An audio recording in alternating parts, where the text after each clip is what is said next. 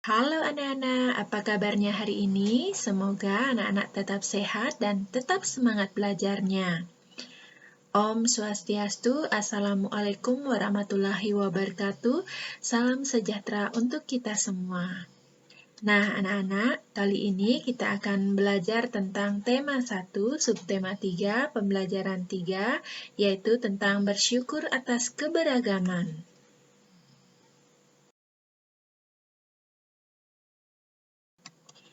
Baik, anak-anak, apakah kalian masih ingat tentang bunyi?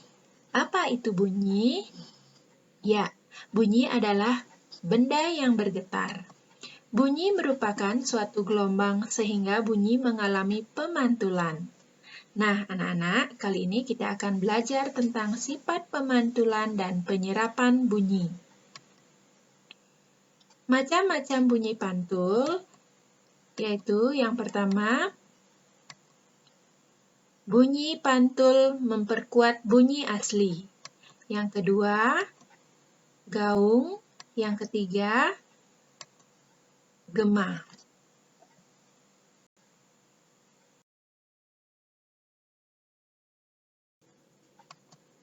Bunyi pantul yang memperkuat bunyi asli.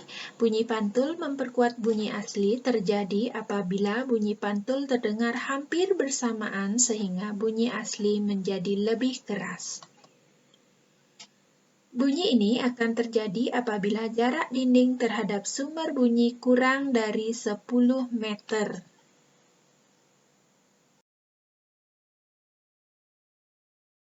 Baik, anak-anak, seperti contoh, suara kita akan terdengar lebih keras di dalam ruang kelas.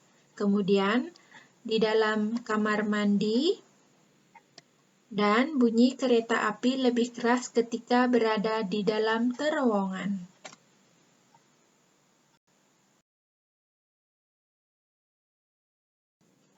Baik, anak-anak, selanjutnya adalah gaung. Gaung atau kerdam terjadi ketika jarak dinding terhadap sumber bunyi agak jauh, 10 meter sampai dengan 25 meter.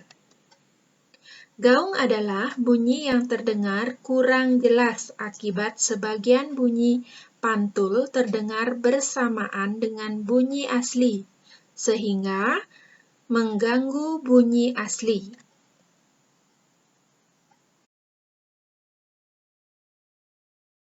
Seperti contoh, gaung. Gaung terjadi pada gedung besar yang tertutup seperti gedung pertemuan, bioskop, studio rekaman, dan untuk menghindari terjadinya gaung pada dinding bagian dalam gedung, biasanya dilapisi dengan bahan peredam. Bahan peredam yang sering digunakan antara lain kain wol, kapas, kertas, karton, karet, gabus, dan karung goni.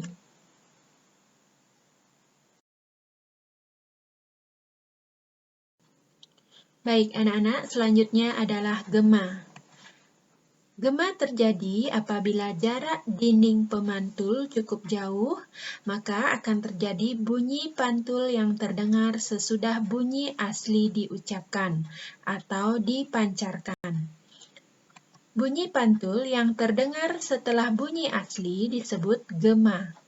Gema terdengar jelas seperti bunyi asli. Seperti contoh, stadion sepak bola, lereng pegunungan, dan gua yang jaraknya jauh seperti permukaan yang keras dan rapat.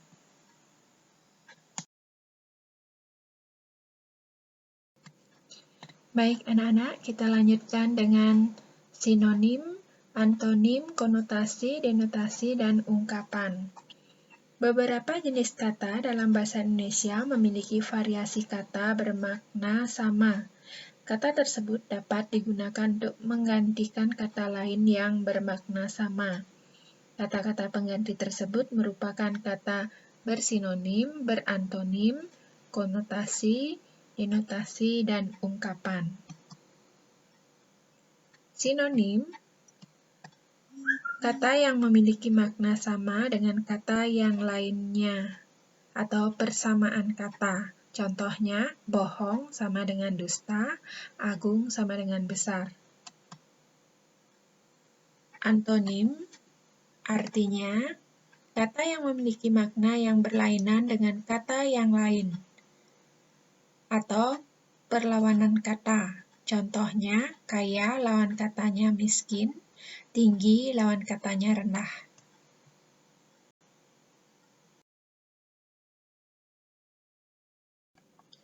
Baik anak-anak, kita lanjutkan dengan denotasi, yang artinya makna haripah yang sebenarnya dari suatu kata.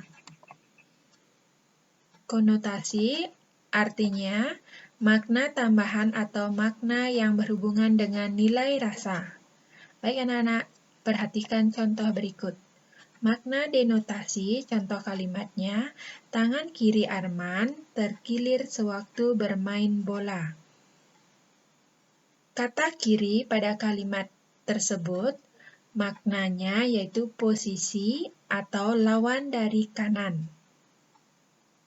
Kemudian makna konotasinya, contoh kalimatnya, partai politik yang beraliran kiri dilarang di Indonesia. Makna kata pada kiri yang artinya ideologi atau aliran politik. Baik, contoh kedua, malam ini udara terasa sangat panas. Makna denotasinya, arti kata panas mengandung arti suhu. Kemudian, untuk konotasinya, hatiku panas begitu melihat Ahmad dimarahi Pak Lurah. Makna kata panas artinya emosi atau marah.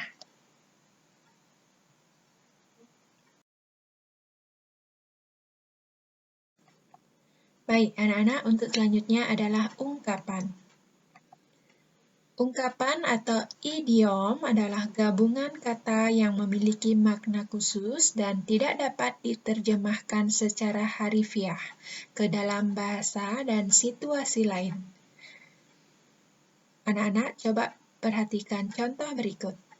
Andi naik darah ketika melihat kelakuan kakaknya. Kata naik darah merupakan ungkapan yang berarti marah.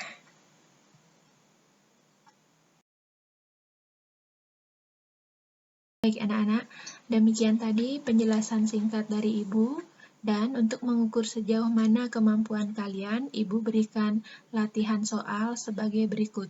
Tolong dicatat dan dikerjakan di buku kalian ya. Selamat mengerjakan dan tetap semangat belajar.